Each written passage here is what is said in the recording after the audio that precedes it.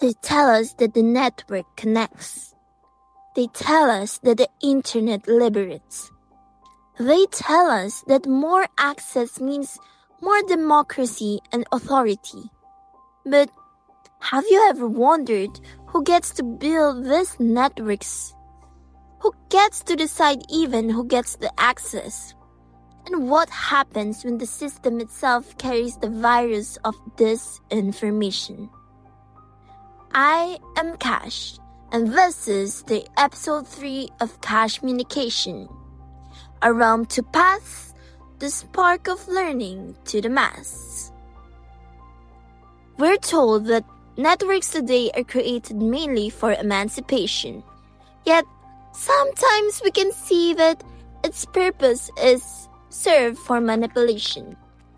In this episode, let us discover what it means to claim information as both survival and sovereignty. In this first topic, we were taken into the architects of network disinformation by Ong and Cabañas. The shadow industry behind what we usually serve through. Now, you may think of the trolls in their stinky basements, but today we're talking about PR firms, ad agencies, influencers for hire.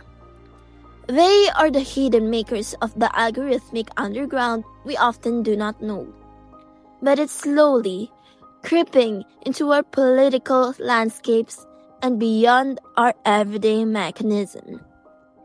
Their craft is not simply lies, it is a weaponized virality, and what's scary is it works.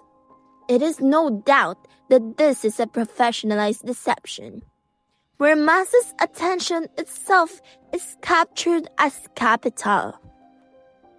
It is clear that this information here is not masquerading as chaos, but as a business model. So now, what makes it most dangerous? Well, it blurs the line between actual lived experience versus engineered one. A line between the voice of the people and the echo of the machine. While networks do have the potential to deceive, they promise liberation and freedom at the same time. It is true, both things can be true at once. In the progressive case for universal internet access, the author summarizes the core issue bluntly. Well, we know that connectivity is not a luxury, it is a lifeline. We must eradicate the gap by the year 2030. Otherwise, inequality will calcify. It is not a matter of solely economics, it's existential too.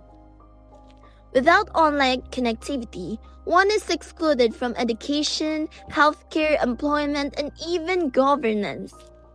Without the ability to access information, one is stripped of the full right of humanity during the information age. But the author also notes the danger. Access cannot translate to extraction. In chapters 9 and 10 of Developing Societies in the Information Age, Dr. Floor begins to draw maps of sorely needed possibilities. He poses this question: how do developing societies shape their own trajectories when the tools of informatization arrive with the North's embedded logic?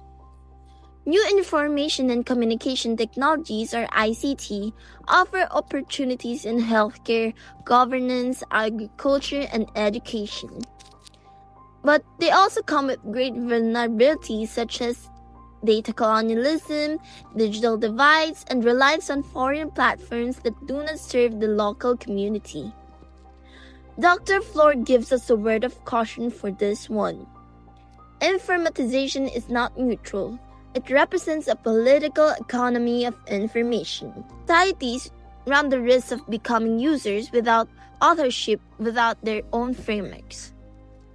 In 2020, the Faculty of Information and Communication Studies announced its manifesto. In the context of quantum supremacy and the Great Hack, the 2020 manifesto reframed information as an element, not merely a tool, not a medium, rather the very essence of reality. Information determines our realities, they assert.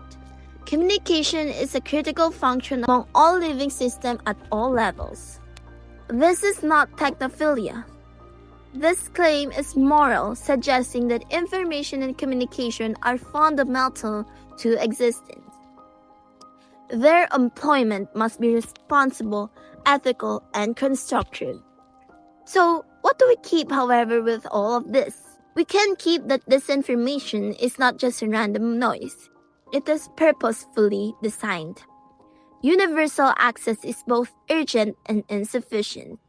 We realize that the access we have now must be coupled with equity and agency, and that manifestos really does matter, because they remind us that information is not merely content. It all boils down to the idea that we are free to use whatever developed technology we have access with, as long that there is a certain limitation, just like anybody else on this planet. Until next time, listen deeper, question sharper. Cash out.